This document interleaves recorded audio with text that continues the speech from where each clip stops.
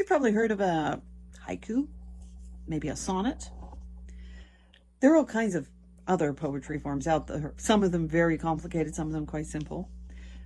Probably the one that we all know and maybe don't love quite so much is the good old limerick. There once was a girl from Nantucket. Anyway, those forms all began somewhere. So not that long ago, I threw out a challenge in the Writers on Fire group that we should invent our own form of poetry. And here's what I came up with. It's called the Quatorche. A fancy name because I think all good poetry forms should have a fancy name. So Quatorche is, here's the structure of a Quatorche. As you might think, with the quattro at the beginning there, or quator actually, we have 4 lines per stanza and 4 stanzas, plus a final couplet. The subject matter must be all natural, no man-made object or human-made objects allowed in a quatorche. And I can say what I want because I'm making this up as I go. If you were to write your stanzas there down along one side, A, B, C, D, E, that's A, B, C, D would be the 4 lines in the first stanza. E, F, G, H would be the lines in the second stanza, and so on. And I have to read this because it's otherwise I'm going to lose my place.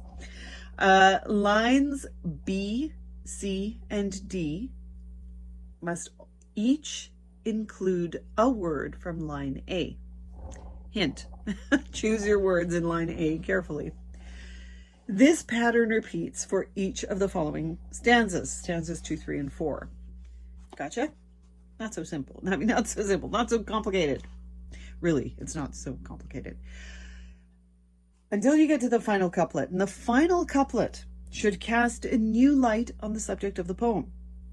And then lines Q and R, that's the couplet, should include all of the selected words used from lines A, E, I, and M. In other words, the first lines of the previous stanzas.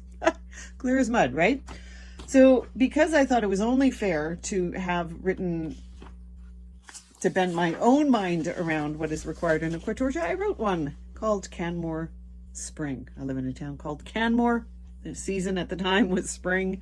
So here we go. This is what my Quatorche, and I believe this is the world's first Quatorche. So if you're into collecting firsts of anything, here we go.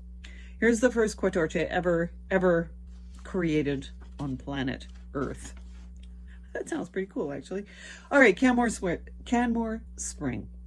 Before long, bare, slender branches will dance again, swaying before breezes, freshened by snows tucked into long creases, carved into rock walls, stark and bare-faced. Not yet swathed in green, skinny arms poke rigid into the narrow space between seasons. Not quite spring. Winter arms weaken their hold, snows push back as seedlings poke their way sunward. At night, puddles freeze. By day, magpies swoop by with last year's dried grass clutched tight. Nests weave into being until one day, eggs. Then wide, gaping mouths, naked bodies snuggled close at night. River rises. Storms envelop high slopes, banks erode. Sleeping subsoil energy banked for months seeps into blades of grass, rising like a green army awakening, a battalion stretching tall to march across high meadows. Each long day, the waters rise higher along the bank before night's moon pokes into branches no longer bare. If you want to write a Quatorche, which would be awesome, because there should be more than one lonely Quatorche out there in the world, you can hashtag it, hashtag Quatorche, spelled Quatorche. And actually, I think I can probably put that up there somewhere. So Quatorche, hashtag Quatorche.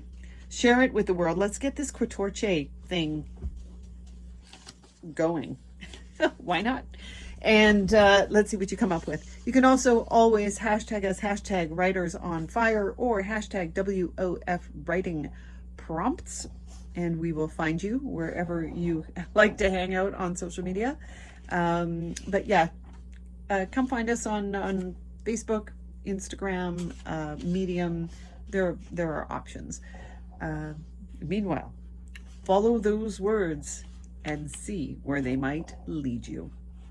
That's all I've got for you today. It's Nikki Tate signing off from Writers on Fire. Happy writing, everyone.